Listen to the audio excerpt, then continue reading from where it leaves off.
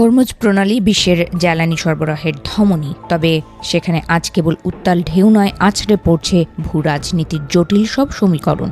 একদিকে মার্কিন রণতরীর গর্জন, অন্যদিকে প্রেসিডেন্ট ট্রাম্পের অদ্ভুত এক আহ্বান। যে চীনকে বাণিজ্য যুদ্ধে কোণঠাসা করতে চায় ওয়াশিংটন, সেই চীনকেই আজ ডাকা হচ্ছে হরমুজের নিরাপত্তা নিশ্চিত করতে। এই দ্বিচারিতা কি বিশ্ব ব্যবস্থার কোনো ভাঙন, নাকি এক পুরনো সাম্রাজ্যবাদী ব্যবস্থার আসল চেহারা? যুক্তরাষ্ট্রের এই আহ্বানে লুকিয়ে আছে এক গভীর কূটাভাস। তারা চাইছে যুদ্ধের নেতৃত্ব দিতে, কিন্তু এর ফলে সৃষ্ট অস্থিরতার ভার চাপিয়ে দিতে চাইছে অন্যদের কাঁধে। ট্রাম্পের যুক্তি পরিষ্কার, যেহেতু চীন বা অন্যান্য শক্তি এই করিডর দিয়ে আসা জ্বালানির উপর নির্ভরশীল, তাই পাহারাদারির খরচও তাদের দিতে হবে।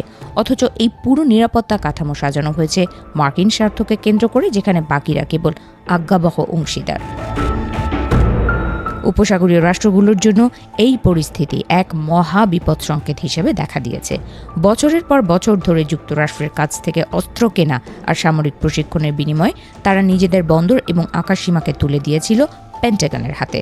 এখন দেখা যাচ্ছে সেই রাডার নেটওয়ার্ক এবং বিমান ঘাঁটিগুলো আজ আর কোনো সার্বভৌম রাষ্ট্রের সম্পদ নয়, বরং তা পরিণত হয়েছে একটি বিশাল যুদ্ধযন্ত্রের অবিচ্ছেদ্য অংশে। যখনই মধ্যপ্রাচ্যে উত্তেজনার পারদ চড়ে, তখনই বেরিয়ে আসে এই ব্যবস্থার কর্দজ রূপ। আরব দেশগুলো যখন ইরান বা আঞ্চলিক শক্তির কোনো পদক্ষেপের নিন্দা জানায়, তখন তারা অদ্ভুতভাবে নীরব থাকে যুক্তরাষ্ট্র বা ইসরায়েলের আগ্রাসী কর্মকাণ্ড নিয়ে। তারা নিরাপত্তার নামে যে ব্যবস্থার অংশ হয়েছিল, সেটি এখন তাদের অস্তিত্বকে ঝুঁকির মুখে ঠেলে দিচ্ছে। তারা এখন কেবল আর নিরাপদ কোনো ভূখণ্ড নয়, বরং বৃহৎ শক্তির লক্ষ্যবস্তুতে পরিণত হয়েছে।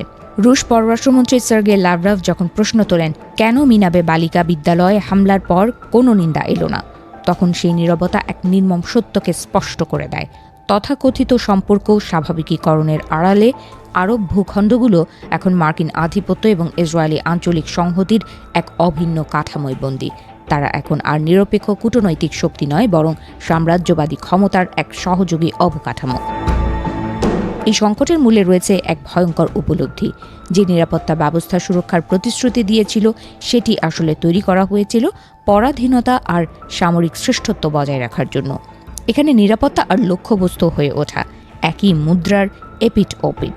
অর্থাৎ আপনি যখন মার্কিন ছত্রছায়ায় নিজেকে নিরাপদ ভাবছেন, ঠিক তখনই আপনি অন্য পক্ষের নিশানায় পরিণত হচ্ছেন।